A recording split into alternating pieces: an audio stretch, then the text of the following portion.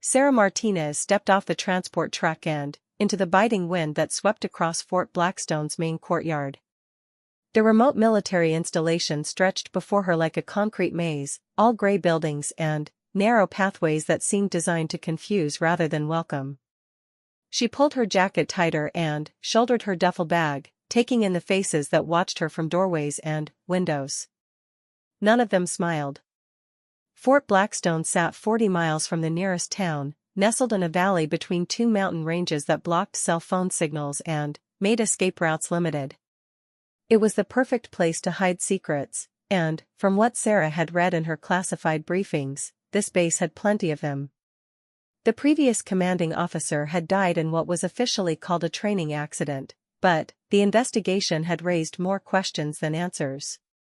That's when headquarters decided they needed someone with Sarah's particular skills to take a closer look. The base housed 300 personnel, most of them career soldiers who had been stationed here for years.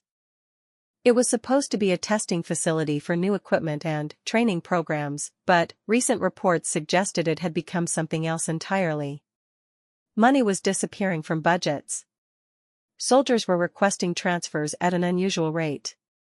And 3 senior officers seemed to be running their own private kingdom with very little oversight from above. Those 3 officers were waiting for her now in the main administration building. Colonel Marcus Webb, Major Tom Rodriguez, and Captain Jake Sullivan had been running Fort Blackstone for the past 18 months, ever since the previous commander's death. They controlled everything from duty assignments to supply requests, and they had made it clear to everyone on base that crossing them was a career-ending mistake. Sarah walked through the front doors of the administration building and found herself face to face with a receptionist who looked her up and down with barely concealed disdain.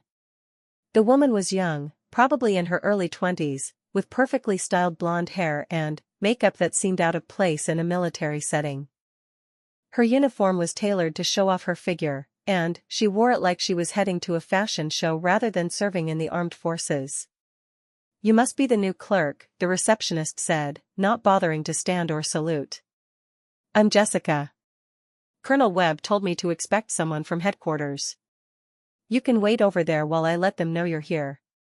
She pointed to a row of uncomfortable-looking chairs against the far wall.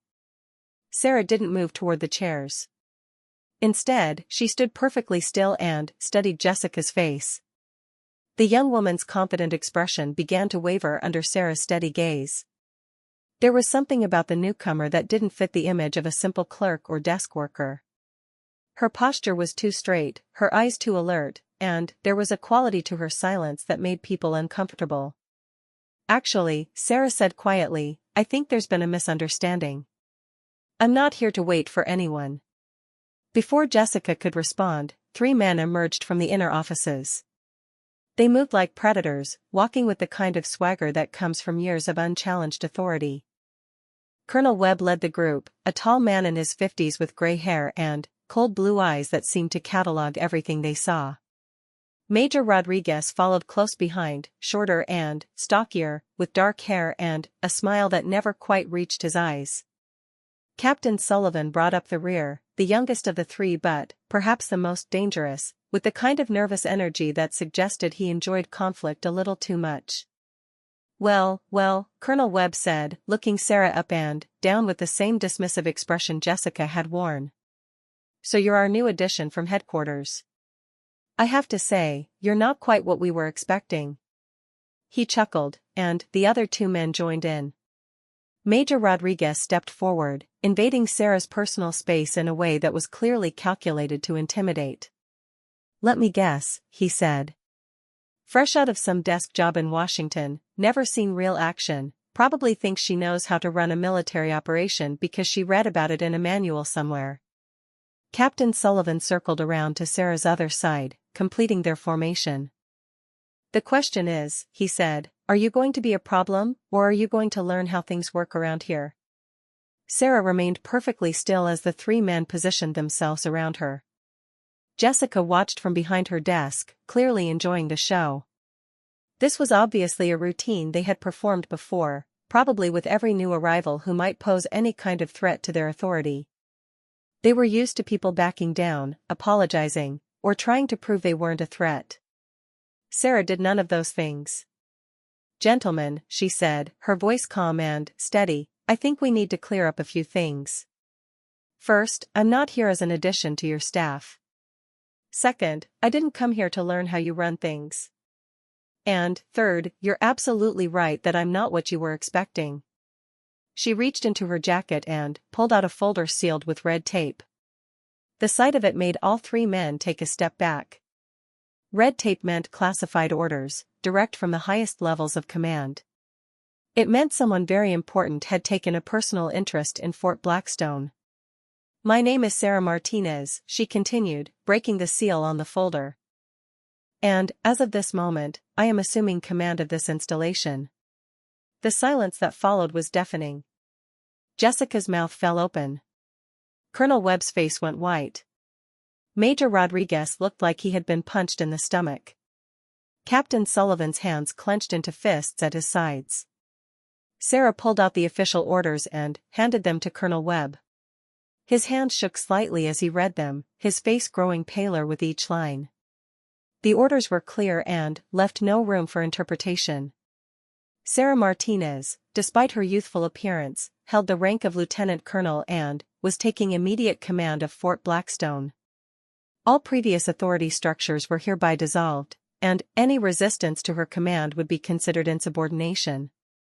"This is impossible," Webb whispered, reading the orders again as if they might change. "You can't be more than 25 years old. No one makes lieutenant colonel that young." "Some people do," Sarah said quietly. "When they've earned it." Major Rodriguez snatched the papers from Webb's hands and studied them frantically. "These have to be fake," he said. "This is some kind of joke or test. Headquarters wouldn't send a kid to take over our operation." Sarah watched him with the same steady gaze she had used on Jessica. "You can call headquarters if you'd like to verify," she said. "Though I should mention that your phone privileges are now suspended pending a full investigation into the financial irregularities and personnel violations that have been reported from this base." The mention of an investigation hit them like a physical blow. All three men exchanged glances, and Sarah could see the fear beginning to creep into their expressions. They had thought they were untouchable in their remote fortress, free to run things however they pleased. The arrival of a young woman with the authority to destroy everything they had built was clearly not something they had prepared for. Captain Sullivan was the first to recover his composure. "Investigation or no investigation," he said, "you're still just one person. And you're on our turf now. Things have a way of happening to people who don't fit in around here." It was a direct threat, delivered with the confidence of someone who had made similar threats before and followed through on them. Sarah suspected that the previous commanding officer's accident might not have been as accidental as the official report claimed. "Thank you for clarifying your position, Captain," Sarah said. "That makes things much simpler." She turned to Jessica, who was still staring at the scene with wide eyes. "I'll need you to send a message to headquarters immediately," Sarah said. "Tell them that Lieutenant Colonel Martinez has arrived and assumed command, and that there have been immediate threats made against the commanding officer by subordinate personnel." Jessica looked frantically between Sarah and the three men. She clearly didn't want to get caught in the middle of whatever was happening, but she also understood that the power structure she had known was crumbling around her. "Don't even think about it," Colonel Webb said to Jessica, his voice hard with authority he no longer officially possessed. "You work for us, remember? We're the ones who decide whether you have a job tomorrow." Sarah stepped between Webb and the receptionist. "Actually," she said, "I'm the one who decides that now. And I'm ordering you, as your commanding officer, to send that message immediately." The confrontation had reached its tipping point. The three men who had ruled Fort Blackstone through intimidation and fear were being challenged by someone who showed no sign of backing down. They had built their power on the assumption that they could bully anyone who threatened them into submission or worse. But Sarah Martinez was not like anyone they had faced before.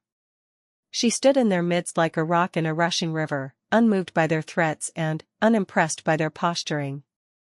There was something about her calm confidence that suggested she had faced worse things than 3 corrupt officers in a remote military base. "You have no idea what you're walking into," Major Rodriguez said, his voice low and menacing. "This isn't some headquarters office where you can file complaints and expect someone to care. This is the middle of nowhere, and we've been here long enough to know how to handle problems." Sarah looked at each of them in turn, memorizing their faces and their words. "I'm counting on you to show me exactly how you handle problems," she said. "It will make my investigation much easier." The battle lines had been drawn. On one side stood 3 corrupt officers with years of experience in violence and intimidation, backed by a network of loyal followers who owed their positions to the existing power structure. On the other side stood a young woman with official authority but no allies, facing enemies who had already proven they were willing to kill to protect their secrets. As Sarah looked around the administration building, taking in the hostile faces and feeling the weight of the challenge ahead of her, she knew that the next few weeks would determine not just her own fate, but the fate of everyone on the base. The 3 men in front of her had made their choice to resist her authority. Now she would have to decide how far she was willing to go to establish her command and expose the truth about what had been happening at Fort Blackstone. The war for Fort Blackstone had begun, and Sarah Martinez was standing alone on the battlefield. The next morning brought the first test of Sarah's authority, and it came exactly as she had expected it would. She woke at 0500 hours in the small quarters that had been assigned to her, a cramped room in the officers' housing that felt more like a prison cell than appropriate accommodation for a commanding officer. The message was clear: despite her official rank, she would not be given the respect or facilities that came with it. Sarah had spent most of the night reviewing files on her laptop, studying personnel records and financial reports that painted a disturbing picture of life at Fort Blackstone. Over the past 18 months, since Webb, Rodriguez, and Sullivan had taken control, 7 soldiers had requested emergency transfers. 3 had been hospitalized for injuries sustained during training exercises. 2 had gone AWOL and never been found. The numbers told a story of systematic abuse and intimidation that went far beyond simple corruption. The financial irregularities were equally troubling. Supply orders that didn't match inventory reports. Fuel consumption that exceeded any reasonable requirements for the base's operations. Personnel payments to soldiers who had supposedly been transferred to other installations months earlier. Someone had been running a sophisticated embezzlement scheme, and the 3 officers who controlled all procurement and personnel decisions were the obvious suspects. As Sarah dressed in her uniform and prepared for what she knew would be a difficult day, she thought about the phone call she had made the night before. Her contact at headquarters had confirmed what she already knew: this assignment was a test of her abilities and her resolve. If she could clean up Fort Blackstone and bring down the corruption network that had taken root there, it would prove she was ready for higher levels of responsibility. If she failed, it might end her career permanently. The call to morning formation came at 0600 hours, and Sarah made her way to the main parade ground where the entire base was supposed to assemble for daily briefings and announcements. As she approached the gathering, she could see that something was wrong. The formation was sloppy, with soldiers standing in uneven lines and talking among themselves instead of maintaining proper military discipline. About half the base personnel were missing entirely. Colonel Webb stood at the front of the formation, wearing his uniform with all the insignia and authority he had possessed the day before Sarah's arrival. He was clearly continuing to act as if he were still in command, despite the official orders that had stripped him of that authority. When he saw Sarah approaching, he smiled with the confidence of someone who believed he held all the cards. "Attention!" Webb called out, and the soldiers present snapped to attention with practiced efficiency. "This morning we have a special announcement regarding our new visitor from headquarters." The word visitor was deliberately chosen to diminish Sarah's authority. Webb was making it clear to everyone present that he did not consider her a legitimate commander, but rather a temporary inconvenience to be endured until she could be gotten rid of. Sarah walked to the front of the formation, her boots clicking on the asphalt with sharp precision. She could feel hundreds of eyes watching her, measuring her, waiting to see how she would respond to this direct challenge to her authority. Some faces showed curiosity, others hostility, and a few displayed the kind of fear that suggested they knew exactly what kind of men they were serving under. "Colonel Webb," Sarah said, her voice carrying clearly across the parade ground, "you are no longer authorized to conduct formations or give orders to base personnel. Please step aside." Webb's smile widened. "I'm afraid there's been a misunderstanding, Miss Martinez.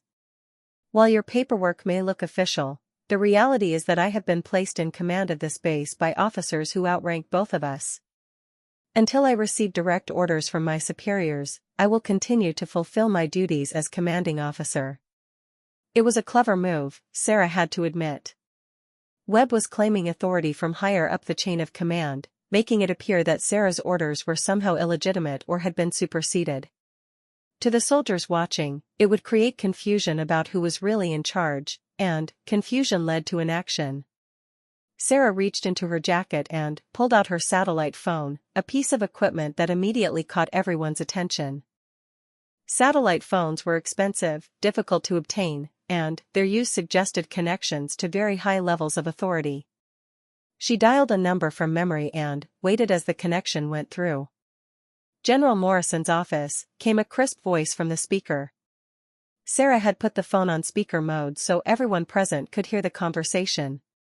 "This is Lieutenant Colonel Martinez at Fort Blackstone. I need to speak with the general immediately regarding an insubordination issue." "One moment, Colonel Martinez." The parade ground was dead silent as everyone waited. General Morrison was the regional commander, a man whose authority extended over dozens of military installations and thousands of personnel. If he confirmed Sarah's command authority, it would end any doubt about her legitimacy. "Sarah," came a familiar voice from the phone. "What's the situation there?" "General, I have assumed command of Fort Blackstone as ordered, but the previous acting commander is refusing to acknowledge my authority and is continuing to conduct formations and issue orders to base personnel." There was a pause, and when General Morrison spoke again, his voice carried the kind of cold anger that made seasoned soldiers nervous. "Put him on the phone." Sarah held out the satellite phone to Colonel Webb. His confident expression had evaporated, replaced by a look of growing panic. He clearly recognized the general's voice and understood what it meant for his career if he continued to resist. Webb took the phone with shaking hands. "General Morrison, sir. This is Colonel Webb. Colonel Webb, you are hereby relieved of all command authority at Fort Blackstone effective immediately. Lieutenant Colonel Martinez has full operational control of the installation and all personnel assigned to it. Any further interference with her command will result in court-martial proceedings for insubordination and mutiny. Do I make myself clear?" "Yes, sir," Webb whispered into the phone. "Completely clear, sir. Put Colonel Martinez back on the line." Sarah took the phone back. "Yes, General? You have my full support, Sarah. If you encounter any further resistance, you have my authorization to place anyone interfering with your command under arrest. The MPs at Fort Carson are standing by if you need backup." "Understood, General." "Thank you." Sarah ended the call and looked out over the assembled soldiers. The power dynamic had shifted dramatically in the space of 5 minutes. Webb stood beside her looking defeated and humiliated, his authority completely stripped away in front of everyone he had commanded. The soldiers in formation were no longer looking at Sarah as an outsider or intruder. They were looking at her with the respect and fear that came with legitimate command authority backed by serious firepower. "Soldiers of Fort Blackstone," Sarah said, her voice carrying across the parade ground with new authority, effective immediately, "I am your commanding officer. All previous orders and policies are under review. Any soldier who has concerns about conditions at this base or the conduct of personnel is encouraged to speak with me directly. My door is always open to those who serve with honor and integrity." She paused, looking directly at Webb, Rodriguez, and Sullivan. "However, any attempts to undermine legitimate command authority, threaten fellow service members, or engage in criminal activities will be met with the full force of military justice. I have zero tolerance for corruption, abuse, or insubordination. The message was clear to everyone present. Sarah was not just taking command, she was declaring war on the system of fear and corruption that had taken root at Fort Blackstone.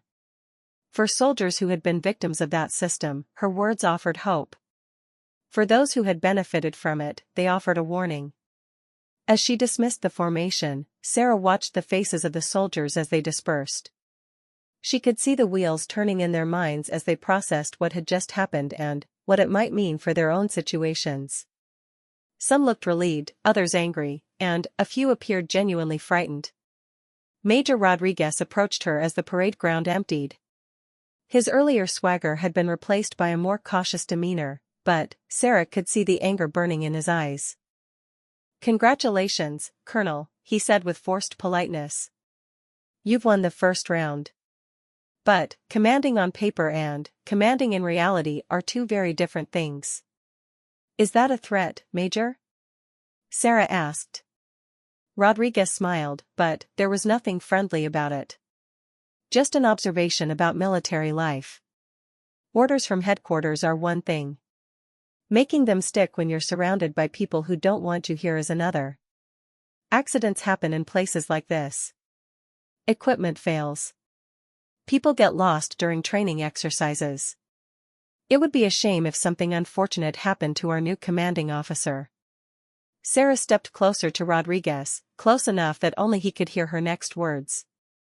"Major, I want you to listen very carefully to what I'm about to tell you.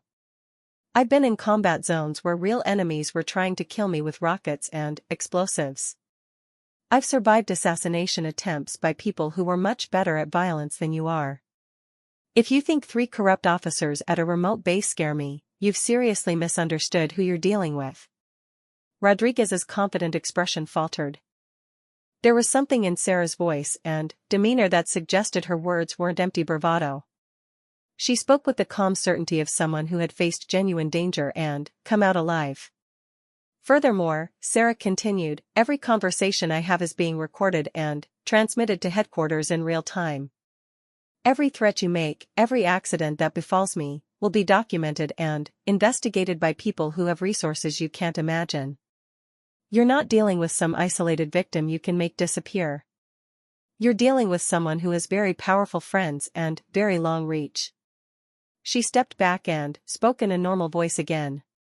"Now, Major, I suggest you return to your quarters and think very carefully about your next moves. The old regime at Fort Blackstone is over. You can either adapt to the new reality, or you can find yourself facing criminal charges. The choice is yours." As Rodriguez walked away, Sarah knew that the real battle was just beginning. The public humiliation of Webb and the clear establishment of her authority had won her the first engagement, but her enemies would not give up so easily. They had too much to lose and too many secrets to protect. That afternoon, Sarah began her investigation in earnest. She started by interviewing soldiers privately, one by one, in her office. The stories that emerged painted a picture of systematic abuse that was even worse than she had imagined. Soldiers were being forced to participate in illegal activities, threatened with false charges if they complained, and subjected to violence if they tried to resist. Corporal Maria Santos was the first to break down completely during her interview. She had been sexually assaulted by Captain Sullivan 3 months earlier but had been too afraid to report it because Sullivan had threatened to have her court-martialed for desertion if she spoke up. 2 other female soldiers had been similarly victimized, and several male soldiers had been beaten for refusing to participate in the theft and resale of military equipment. By the end of the day, Sarah had documented evidence of dozens of serious crimes. But she also understood why no one had spoken up before. Webb, Rodriguez, and Sullivan controlled every aspect of life on the base. They decided who got promoted, who got punished, who got transferred, and who got assigned to dangerous duties. They had created a system where speaking out meant destroying your own career and possibly risking your life. As evening approached, Sarah prepared for what she knew would be a long night.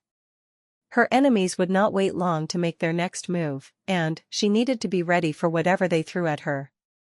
She checked the locks on her office and quarters, made sure her satellite phone was fully charged, and reviewed the emergency procedures that would bring military police from Fort Carson if she needed backup. The war for Fort Blackstone was escalating, and Sarah Martinez was about to discover just how far her enemies were willing to go to protect their criminal empire. The attack came at 0200 hours, just as Sarah had expected it would. She had been lying fully dressed on her bunk, listening to the sounds of the base settling into its nighttime routine, when she heard the subtle scraping of metal against metal at her door. Someone was trying to pick the lock to her quarters, and they were taking their time to do it quietly. Sarah had been expecting this moment since her confrontation with Rodriguez that afternoon. Men like Webb, Rodriguez, and Sullivan didn't give up power easily, and they had made it clear that they considered her a threat to be eliminated rather than a commander to be obeyed. The accidents that had befallen previous troublemakers at Fort Blackstone were about to be repeated. She rolled silently off her bunk and moved to the position she had prepared earlier, crouched behind her desk with a clear view of both the door and the window. Her service pistol was in her hand, safety off, ready for immediate use. She had also activated the emergency beacon that would bring help from Fort Carson, but it would take at least 30 minutes for reinforcements to arrive. Whatever happened in the next few minutes, she would have to handle alone. The lock clicked softly, and the door began to open with the careful slowness of someone trying not to make noise. Sarah could see a dark figure silhouetted in the doorway, moving with the practiced stealth of someone who had done this before. Behind the first intruder, she caught glimpses of at least 2 more figures waiting in the hallway. The lead figure stepped into her quarters, and, in the faint light from the hallway, Sarah could make out enough details to recognize Captain Sullivan. He was wearing dark clothing and carrying what looked like a club or metal pipe. His movements were confident and deliberate, suggesting he had mapped out exactly how he planned to conduct this attack. Sullivan moved toward her bunk, raising his weapon to strike what he expected to be a sleeping figure. When he discovered the empty bed, he froze for a moment, confused by the absence of his intended victim. That moment of hesitation was exactly what Sarah had been waiting for. "Looking for me, Captain," she said from behind her desk. Sullivan spun around, trying to locate the source of her voice in the darkness. Before he could react further, Sarah's flashlight blazed on, temporarily blinding him and revealing his location to anyone who might be watching from outside. She kept her pistol trained on him while using the light to illuminate his face clearly. "Hands where I can see them," Sarah ordered. "Drop the weapon and get on the ground." Instead of complying, Sullivan lunged toward her hiding position, swinging his club in a vicious arc designed to crush her skull. Sarah rolled aside and came up in a combat stance, her military training taking over as muscle memory guided her movements. Sullivan was bigger and stronger, but Sarah had advantages he didn't know about. She had been trained by some of the best hand-to-hand combat instructors in the military. More importantly, she had used that training in real combat situations where hesitation meant death. Sullivan was used to intimidating victims who couldn't fight back effectively. Sarah Martinez was not one of those victims. The fight was brief and brutal. Sullivan came at her with the wild aggression of someone who had always relied on size and intimidation to win conflicts. Sarah responded with the precise, controlled violence of someone who had been taught to neutralize threats efficiently and permanently. When it was over, Sullivan was unconscious on the floor with several broken ribs and a dislocated shoulder. Major Rodriguez and 2 enlisted men burst through the door just as Sarah was zip-tying Sullivan's hands behind his back. They had clearly expected to find her dead or dying, and the sight of their leader defeated and helpless threw them off balance for several crucial seconds. "Gentlemen," Sarah said, her pistol now trained on Rodriguez, "you're just in time to witness the arrest of Captain Sullivan for attempted assault on a commanding officer. I suggest you think very carefully about your next actions." Rodriguez looked down at Sullivan's unconscious form and back at Sarah, who showed no sign of being intimidated by the presence of multiple attackers. The 2 enlisted men with him were shifting nervously, clearly having second thoughts about whatever they had agreed to do. "This doesn't change anything," Rodriguez said, though his voice lacked the confidence it had carried earlier. Sullivan was acting on his own. "We just heard a commotion and came to investigate." Sarah smiled, but there was no warmth in it. "Actually, Major, this changes everything. You see, I've been recording everything that's happened since I arrived at this base. Every threat, every attempt at intimidation, and now this assault. My superiors at headquarters have been watching and listening to everything." She reached over to her desk and picked up a small device that had been transmitting continuously since her arrival. "Satellite uplink to military intelligence," she explained. "They've been monitoring the situation here in real time, gathering evidence for the criminal prosecutions that are coming."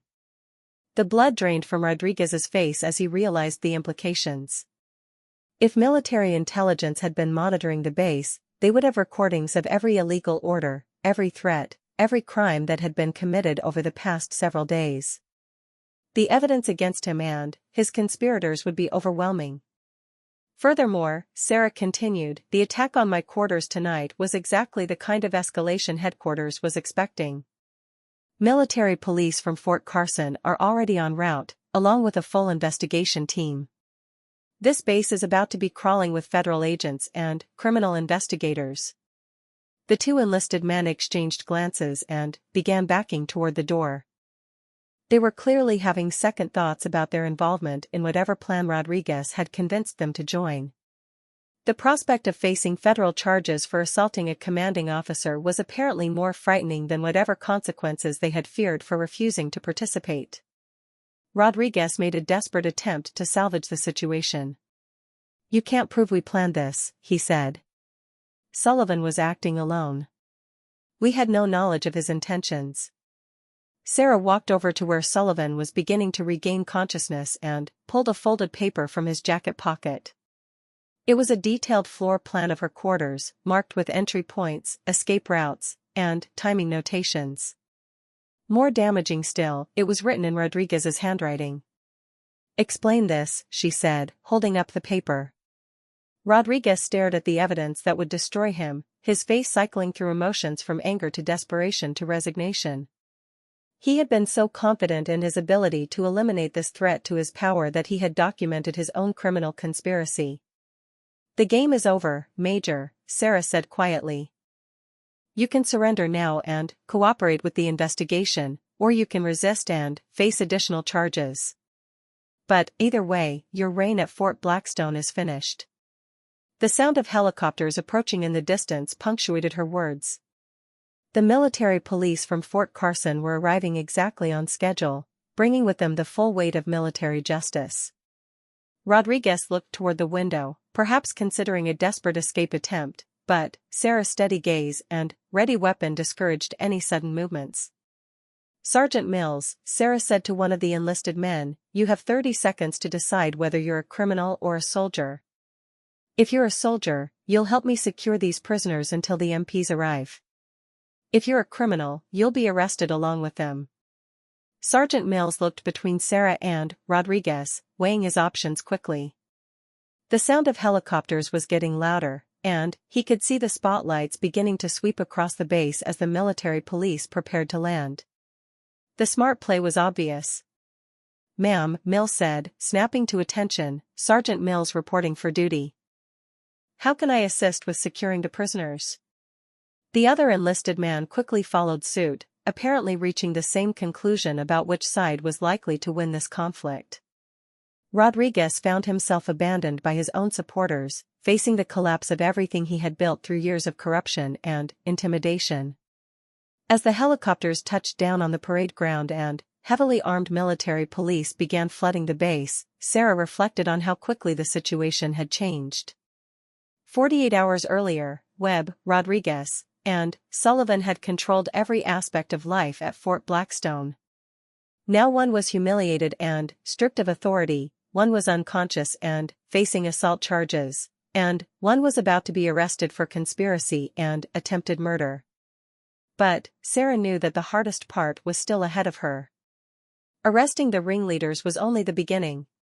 She would need to identify and remove all of their supporters from positions of authority. she would need to rebuild the command structure from the ground up. Most challenging of all, she would need to restore trust and discipline among soldiers who had been victimized and traumatized by the very people who were supposed to protect them. Colonel Webb appeared in the doorway, flanked by 2 military policemen who had clearly been sent to collect him. His earlier confidence had completely evaporated, replaced by the hollow look of a man who understood that his career and freedom were both ending. He stared at the scene in Sarah's quarters, Sullivan unconscious and zip-tied, Rodriguez in custody, and his entire power structure collapsing around him. "How?" Webb asked quietly. "How did you know exactly what we would do?" Sarah looked at him with something that might have been pity. "Colonel, you made the same mistake that every tyrant makes. You assumed that because you could intimidate and abuse the people under your command, you were actually powerful. But real power doesn't come from fear. It comes from authority, competence, and the backing of legitimate institutions." She gestured toward the military police who were now securing the area and collecting evidence. "You thought you were untouchable because you were isolated and hidden. But the same isolation that let you commit crimes also made you visible to anyone who was really looking. Every theft, every assault, every abuse of power was documented and reported. You just didn't know who was watching." Webb was led away in handcuffs, followed by Rodriguez and the now conscious Sullivan. As Sarah watched them disappear into the night, she felt a mixture of satisfaction and exhaustion. The immediate threat had been neutralized, but the work of rebuilding Fort Blackstone was just beginning. Captain Lisa Chen, the lead investigator from military intelligence, approached Sarah as the last of the prisoners were being processed. Chen was a small, intense woman with sharp eyes that seemed to catalog everything they saw. "Impressive work, Colonel Martinez," Chen said. "You handled that exactly as we hoped you would. The evidence we've gathered over the past few days should be sufficient to prosecute not just the ringleaders, but their entire network of supporters." Sarah nodded, but her expression remained serious. "What about the soldiers who were victimized? Some of them participated in illegal activities because they were threatened or coerced. Are they going to face charges too?" Chen's expression softened slightly. "That's where your job really begins," she said. "We need someone to sort out who was a victim, who was a willing participant, and who was just trying to survive in an impossible situation. Military intelligence can gather evidence and make arrests, but rebuilding a command structure requires someone with your skills and experience." As dawn approached, Sarah stood on the steps of the administration building and looked out over Fort Blackstone. The base looked the same as it had when she arrived, but everything had fundamentally changed. The corrupt leadership that had terrorized soldiers for months was gone. The network of fear and intimidation that had kept victims silent was broken. But the hard work of healing and reconstruction was just beginning. In a few hours, she would address the entire base and begin the process of establishing a new command structure based on merit rather than intimidation. She would start identifying soldiers who could be trusted with authority and responsibility. She would begin the long process of investigating every suspicious incident from the past 18 months and determining which were genuine accidents and which were crimes. But, for now, Sarah allowed herself a moment of quiet satisfaction. She had walked into Fort Blackstone as an unknown quantity, faced immediate resistance from entrenched criminals, and emerged victorious through a combination of preparation, courage, and the backing of legitimate authority. The newcomer they had tried to destroy had instead destroyed them. The days following the arrests brought a mixture of relief and chaos to Fort Blackstone. With Webb, Rodriguez, and Sullivan removed from the picture, along with 6 of their most loyal supporters, the base's entire command structure had essentially collapsed overnight.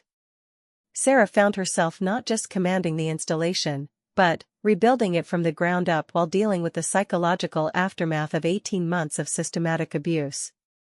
The first challenge came from the soldiers themselves. Many were so traumatized by their experiences under the previous regime that they were afraid to speak openly, even with their abusers in custody.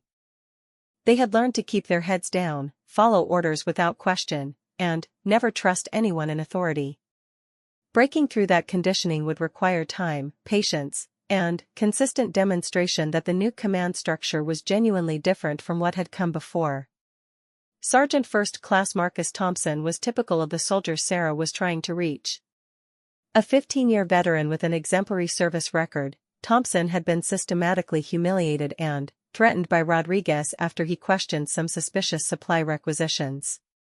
By the time Sarah arrived, Thompson had become a shell of his former self, jumping at loud noises and speaking in barely audible whispers when addressed by officers. Sarah made Thompson her first priority, spending hours with him in private conversations designed to rebuild his confidence and trust. She reviewed his service record, which showed a pattern of excellence that had been ignored and suppressed under the corrupt regime. More importantly, she listened to his account of what had happened to him and validated his experiences instead of dismissing them. "Sergeant Thompson," Sarah said during one of their meetings, "I want you to understand something important. Nothing that happened to you under the previous command was your fault. You were targeted because you were doing your job correctly, not because you did anything wrong." Thompson struggled to make eye contact, a habit developed from months of being told that looking at superior officers was a sign of disrespect. "Ma'am," he said quietly, "I should have stopped it somehow. I should have found a way to report what was happening." Sarah leaned forward, her voice gentle but firm. "Sergeant, you survived an impossible situation. That took courage and strength. Now I need you to use that same strength to help me rebuild this base into what it should have been all along." Slowly, carefully, Sarah began promoting soldiers like Thompson to positions of responsibility. She created a new command structure based on merit, integrity, and the ability to lead without intimidation. It was a delicate process, because many of the soldiers who had survived the corrupt regime had learned to distrust anyone with authority. The second major challenge came from the ongoing investigation into the crimes that had been committed at Fort Blackstone. Military intelligence teams were conducting detailed interviews with every person on the base, reviewing financial records, and examining physical evidence from dozens of suspected incidents. The investigation revealed a level of criminal activity that shocked even Sarah, who had thought she understood how bad things had become. Captain Chen briefed Sarah on their findings during a secure meeting in the base's communications center. The scope of the crimes was staggering: over $2 million in stolen equipment and supplies, 16 documented cases of sexual assault, 43 instances of assault and battery, and evidence suggesting that 3 suspicious deaths over the past year had actually been murders designed to eliminate potential witnesses. "The good news," Chen said, "is that we have overwhelming evidence against the main conspirators. Webb, Rodriguez, and Sullivan are looking at life sentences in military prison. The bad news is that we've identified 37 base personnel who were involved in various criminal activities, either as perpetrators or accomplices." Sarah studied the list of names Chen had provided. Some were surprise revelations about soldiers she had thought might be salvageable. Others confirmed her suspicions about personnel who had seemed too eager to curry favor with the new command. The challenge would be determining who had acted out of fear and could be rehabilitated, and who had been willing participants in the criminal conspiracy. "What about the victims?" Sarah asked. "How many soldiers are we talking about?" Chen's expression grew somber. "Over half the base personnel were victimized in some way. Sexual assault, physical violence, theft of personal property, forced participation in illegal activities, threats against family members. The psychological damage is extensive." The third challenge was external pressure from higher headquarters to get Fort Blackstone back to operational status as quickly as possible. General Morrison had been supportive during the crisis, but he was now facing pressure from his own superiors to resume normal operations and justify the massive resources that had been devoted to cleaning up the installation. Sarah received a call from the general's office requesting a timeline for returning the base to full operational capacity. The conversation was professional but pointed, making it clear that there were limits to how long headquarters would tolerate disruption, even for necessary reforms. "Sarah," General Morrison said, "I understand the challenges you're facing, but I need you to understand the bigger picture. We've got congressional oversight committees asking questions about Fort Blackstone, and I need to show concrete progress soon. Sarah chose her words carefully. General, I can have the base functioning at basic levels within 2 weeks. But building a command structure that won't collapse the moment we're not watching will take months. If we rush this process, we risk recreating the same conditions that allowed the corruption to take root in the first place. There was a long pause before Morrison responded. 2 weeks for basic operations. You have 6 months to complete the rebuilding process. After that, you'll be transferred to your next assignment, and Fort Blackstone will need to function independently. The timeline was aggressive but achievable if Sarah could make the right decisions about personnel and priorities. She began implementing a systematic approach to rebuilding the base, focusing on establishing clear lines of authority, transparent procedures for handling complaints, and regular oversight from outside agencies. The breakthrough came during her 3rd week at Fort Blackstone, when Corporal Santos approached her during evening hours with information about a cache of stolen military equipment hidden in one of the storage buildings. Santos had been one of Sullivan's victims, but she had also observed enough of the criminal operation to provide detailed intelligence about how it had functioned. "Ma'am," Santos said, her voice still shaky but determined, "there are things hidden on this base that the investigation teams haven't found yet. Major Rodriguez showed me where they kept the weapons they were selling to criminals off the base. I think I'm ready to show you where it is." The discovery of the weapons cache provided Sarah with exactly what she needed to demonstrate progress to headquarters while also giving her a powerful tool for rebuilding morale among the base personnel. The recovery operation involved carefully selected soldiers working under close supervision to secure evidence that would strengthen the criminal cases against the corrupt officers. Sergeant Thompson led the evidence recovery team, his first significant responsibility under the new command structure. Sarah watched as he directed other soldiers with growing confidence, seeing him begin to reclaim the leadership skills that had been suppressed under the previous regime. "Sergeant," Sarah said as they documented the recovered weapons, "I want you to consider accepting a promotion to staff sergeant. I need experienced NCOs who understand what this base has been through and can help prevent it from happening again." Thompson looked up from the evidence log he was maintaining, meeting her eyes directly for the first time since they had started working together. "Ma'am, if you think I can handle it, I'd be honored to serve." The weapons cache discovery made headlines at headquarters and provided concrete evidence of Sarah's success in dismantling the criminal network. More importantly, it demonstrated to the soldiers at Fort Blackstone that their new commander was serious about accountability and justice.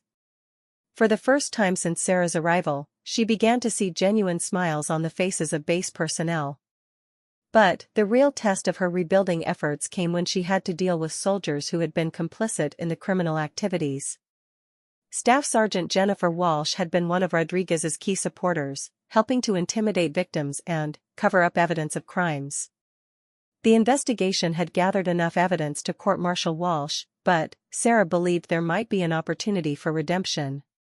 In a private meeting, Sarah confronted Walsh with the evidence against her but also offered an alternative to prosecution. "Staff Sergeant," Sarah said, "you have 2 choices. You can face court-martial and almost certain conviction, or you can cooperate fully with the ongoing investigation and accept reduction in rank and administrative punishment." Walsh stared at the floor for several long minutes before responding. "Ma'am, I know what I did was wrong. I was scared of Rodriguez and what he might do to me if I didn't follow orders. But that's not an excuse. I hurt people who didn't deserve it." Sarah studied Walsh's expression, looking for signs of genuine remorse versus calculated self-interest. What she saw was a soldier who had made terrible choices under extreme pressure but who might be salvageable with the right guidance and supervision. "Staff Sergeant Walsh," Sarah said, "accountability means facing consequences for your actions, but it also means being given the opportunity to earn redemption. If you're serious about making amends, I have a proposal for you." The proposal involved Walsh accepting demotion to corporal and spending the next year working directly with victims of the crimes she had helped cover up. She would assist with their recovery, help them navigate the military justice system, and serve as a living example that people could change and make better choices.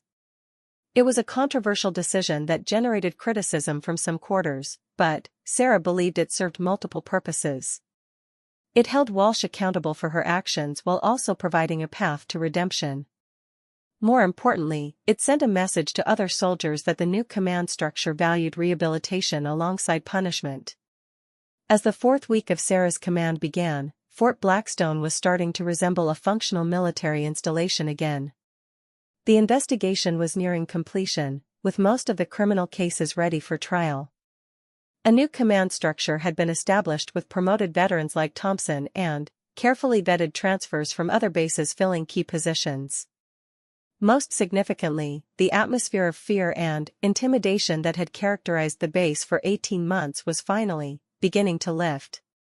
Soldiers were talking openly about their experiences, supporting each other's recovery, and beginning to trust that their new leaders genuinely cared about their welfare. Sarah stood in her office, reviewing reports from the various reconstruction efforts, when Captain Chen knocked on her door. The military intelligence officer had been a constant presence during the investigation, but her expression suggested that this visit was different from the routine briefings they had been conducting. "Colonel Martinez," Chen said, "I wanted to speak with you privately about your next assignment. General Morrison has been very impressed with your work here, and there are some significant opportunities on the horizon for someone with your proven abilities." Sarah looked up from her paperwork, sensing that this conversation would mark another turning point in her career and in the future of Fort Blackstone. The rebuilding process was far from complete, but it had reached a point where success was achievable with continued effort and commitment. The question now was whether she would be allowed to see the process through to completion, or whether she would be moved on to new challenges that needed her particular combination of skills and determination. 6 months later, Sarah stood on the same parade ground where she had first asserted her authority over Fort Blackstone, but everything around her had fundamentally changed. The soldiers assembled for morning formation stood in perfectly straight lines, their uniforms crisp and their bearing proud. More importantly, their faces showed confidence instead of fear, and their eyes met hers with respect rather than apprehension. The transformation had not been easy or quick. There had been setbacks, including 2 suicide attempts by soldiers struggling with the aftermath of their trauma, a violent confrontation between former victims and a suspected collaborator who had remained on base, and constant pressure from headquarters to accelerate the rebuilding process. But Sarah had persisted, working 18-hour days and investing her personal credibility in every decision. The criminal trials had concluded with overwhelming success for the prosecution. Colonel Webb received a life sentence for conspiracy, murder, and conduct prejudicial to good order and discipline. Major Rodriguez was sentenced to 35 years for his role in multiple assaults and the attempted murder of Sarah. Captain Sullivan received 28 years for sexual assault, battery, and assault on a commanding officer. 18 other base personnel received various sentences ranging from prison time to administrative discharge, depending on their level of involvement and cooperation with the investigation. More importantly for the future of Fort Blackstone, the base had developed new policies and procedures designed to prevent the kind of systematic corruption that had taken root under the previous command. Regular inspections from outside agencies, anonymous reporting systems for abuse and misconduct, and mandatory rotation of key personnel every 2 years would make it virtually impossible for any future commander to establish the kind of criminal enterprise that Webb, Rodriguez, and Sullivan had created. Sergeant First Class Thompson, now promoted to his current rank and serving as the base's senior enlisted advisor, approached Sarah after the formation had been dismissed. His transformation over the past 6 months had been remarkable. The broken, intimidated soldier she had first met had evolved into a confident leader who served as an inspiration to other survivors of the corrupt regime. "Ma'am," Thompson said, "the personnel reports you requested are ready for review. We've also received the final transfer orders for the last 3 soldiers who were involved in the criminal activities but accepted plea agreements." Sarah took the reports from Thompson and noted the pride in his voice as he delivered his briefing. He had become one of her most trusted advisors, someone who understood the base's history and could help identify potential problems before they became serious issues. "Sergeant Thompson," Sarah said, "I want you to know how proud I am of the work you've done here. When I first arrived, this base was broken. You were one of the people who helped me put it back together." Thompson's smile was genuine and unforced, a stark contrast to the nervous expression she had seen from base personnel during her first days at Fort Blackstone. "Ma'am, you gave us something we hadn't had in a long time. Hope. And the chance to serve with honor again." The conversation was interrupted by the arrival of a convoy of vehicles carrying officials from the Pentagon, including General Morrison and a delegation of senior officers who had come to conduct the formal inspection that would determine whether Fort Blackstone was ready to resume normal operations without extraordinary oversight. Sarah had been preparing for this inspection for weeks, knowing that it represented not just an evaluation of the base's current status, but a judgment on her entire approach to command and reconstruction. If the inspection team concluded that Fort Blackstone was fully functional and properly led, it would validate her methods and likely lead to promotion and increased responsibilities. If they found serious problems or concerns, it could end her career. General Morrison stepped out of the lead vehicle and immediately began observing the base with the practiced eye of someone who had conducted hundreds of similar inspections. Sarah could see him noting details: the condition of the facilities, the bearing of the soldiers, the efficiency of the operations he witnessed. Everything would factor into his final assessment. "Colonel Martinez," General Morrison said as she approached to render the formal greeting, "I'm impressed by what I can see already. This looks like a completely different installation from the one you took over 6 months ago." The inspection lasted 3 days and covered every aspect of base operations. The team interviewed soldiers at all levels, reviewed financial records and operational procedures, and conducted unannounced visits to various facilities to observe normal activities. Sarah accompanied the inspectors for most of their visits but also made sure they had opportunities to speak with base personnel privately. The most critical moment came when the inspection team interviewed Corporal Santos and several other victims of the previous regime's crimes. Sarah had prepared them for these interviews, but she also knew that their honest feedback would be the most important factor in determining whether the rebuilding effort had truly succeeded. Santos spoke eloquently about her experiences under both the corrupt leadership and Sarah's command. "The difference is like night and day," she told the inspectors. "Under Colonel Martinez, we're treated like human beings who deserve respect. Under the previous command, we were just objects to be used and discarded." When asked specifically about her confidence in the current leadership, Santos was unequivocal. "Ma'am, Colonel Martinez saved this base and probably saved my life. I would follow her anywhere, and I trust her completely to do what's right for the soldiers under her command." Similar testimonials came from other soldiers throughout the 3-day inspection. The consistent theme was transformation. Soldiers who had been broken by systematic abuse were now thriving under leadership that valued their contributions and protected their welfare. The technical aspects of the inspection were equally positive. Base operations were running efficiently, financial controls were properly implemented, and safety procedures exceeded standard requirements. The weapons cache that had been discovered was properly secured, and all evidence related to the criminal investigations had been handled according to proper protocols. On the final evening of the inspection, General Morrison requested a private meeting with Sarah in her office. His expression was serious, and Sarah prepared herself for what might be criticism or concerns about aspects of her command that the inspection team had identified. "Sarah," General Morrison said, settling into a chair across from her desk, "I want to be completely honest with you about what we found here. When I sent you to Fort Blackstone, I expected you to clean up the corruption and establish basic order. What you've accomplished goes far beyond those expectations." Sarah waited for him to continue, not sure whether his words were leading to praise or criticism.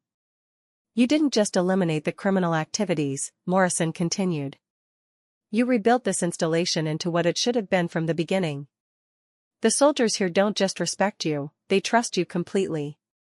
That kind of leadership is rare at any level, and it's virtually unheard of in someone who has accomplished it in 6 months. The general pulled out a folder marked with the seal of the Joint Chiefs of Staff. Which brings me to why I'm really here. Your work at Fort Blackstone has attracted attention at the highest levels of command.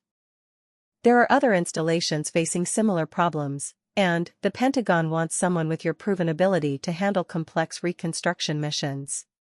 Sarah opened the folder and found orders assigning her to Fort Meridian, a larger installation that had been experiencing problems with sexual assault, financial irregularities, and morale issues.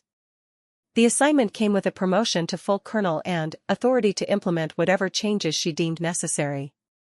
This is a significant opportunity, Morrison said, but it's also a much bigger challenge. Fort Meridian has 15,000 personnel and political complications that don't exist at smaller installations. Are you ready for that level of responsibility? Sarah considered the offer carefully. Part of her wanted to remain at Fort Blackstone to ensure that the changes she had implemented would take permanent root. But she also understood that her skills and experience were needed elsewhere, and that other soldiers were suffering under conditions similar to what she had found here. General, she said, I accept the assignment. But I have one condition. I want to handpick my successor here at Fort Blackstone. Someone who understands what we've built and will protect it. Morrison nodded approvingly. I was hoping you'd say that. Who do you have in mind?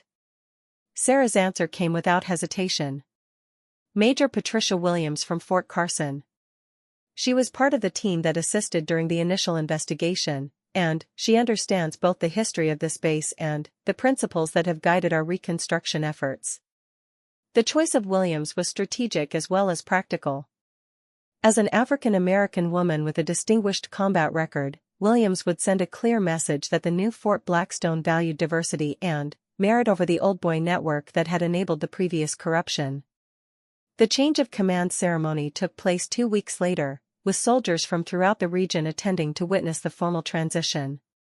Sarah's farewell address to the assembled troops was brief but emotional, focusing on their collective achievement in transforming Fort Blackstone from a place of fear into a model military installation. When I arrived here 7 months ago, Sarah told the assembled soldiers, this base was broken. But it wasn't broken because of the facilities or the equipment. It was broken because the people responsible for leadership had forgotten their most important duty, taking care of the soldiers under their command. She looked out over the faces in the formation, seeing many soldiers who had grown and developed under her leadership. You were never the problem. You were always the solution. You had the courage to speak truth to power, the strength to support each other through difficult times, and the professionalism to rebuild something better from the ashes of what had been destroyed. Thompson, now serving as the senior enlisted advisor, presented Sarah with a plaque signed by every soldier on the base. The inscription read, "To Colonel Sarah Martinez, who taught us that real strength comes from protecting others, not from hurting them." As Sarah's convoy departed Fort Blackstone for the last time, she reflected on the lessons she had learned during her command. The most important lesson was that corruption and abuse thrived in isolation and secrecy, but withered quickly when exposed to accountability and genuine leadership. The soldiers she was leaving behind were no longer victims. They were leaders in their own right, prepared to mentor new arrivals and ensure that the standards she had established would continue long after her departure. Sergeant First Class Thompson had been selected for promotion to Master Sergeant and would serve as a senior instructor, teaching other NCOs about the leadership principles that had transformed Fort Blackstone. Corporal Santos had been accepted to officer candidate school and would return to Fort Blackstone in 2 years as a second lieutenant. Her first-hand experience with both abuse and recovery would make her uniquely qualified to identify and address problems before they became systemic. Even Corporal Walsh, the former staff sergeant who had been demoted for her complicity in the criminal activities, had earned redemption through her year of service to the victims. Her transformation had been so complete that she had been selected to serve as a counselor for other soldiers struggling with the aftermath of trauma. As Fort Blackstone disappeared in her rearview mirror, Sarah felt a mixture of pride and anticipation.